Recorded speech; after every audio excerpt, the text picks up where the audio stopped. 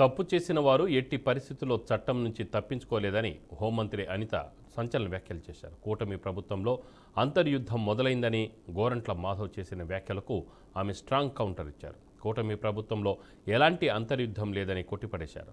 ముందు వైసీపీలో అంతర్యుద్ధం రాకుండా ఆ పార్టీ నాయకులు చూసుకోవాలంటూ హితవు పలికారు. తప్పు చేసిన వారు ఎట్టి పరిస్థితుల్లో చట్టం నుంచి తప్పించుకోలేరని కామెంట్ చేశారు.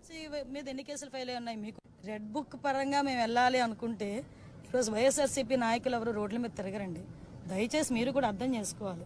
మేము యాజ్ పర్ లా వెళ్తున్నాము, యాజ్ పర్ వాళ్ళు ఎవరైనా కంప్లైంట్ ఇస్తే కంప్లైంట్ బేస్ చేసుకొని వెళ్తున్నాము. పోసాని గారి మీద సుమారుగా 17 కేసులు, దగ్గర 17 కేసులు రాష్ట్రం మొత్తం మీద 17 కేసులు ఫైల్ అయి ఉన్నాయి. వంశీ మీద ఎన్ని కేసులు ఫైల్ అయి ఉన్నాయి మీకు తెలుసు. ఈ రోజుకి కూడా ఏ కేసుల్లో ఫైల్ అయినాయో మీకు తెలుసు. ఇందులోని కక్షపూరితంగా ఎన్డీఏ గవర్నమెంట్ చేయాలి అనుకుంటే వైఎస్ఆర్సీపీ నాయకులు ఎవరు కూడా బయటకు తిరగలేరు. కానీ మేము ఆ కక్ష సాధింపు ధోరణిలోకి వెళ్ళలేదు. అలాగని తప్పు చేసిన వదిలిపెట్టే ప్రసక్తి లేదు. తప్పు చేసినోడికి శిక్ష పడాలి, లేకపోతే భయం ఎలా ఉంటుంది? ఉండాలి కదా, భయం ఉండాలి కదా.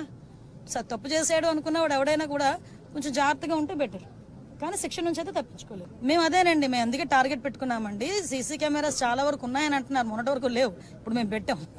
చాలా వరకు పని చేయట్లేదు. ఆ పని చేయని సీసీ కెమెరాస్ అన్ని కూడా మళ్ళీ రీస్టోర్ చేస్తున్నాం, అన్ని కూడా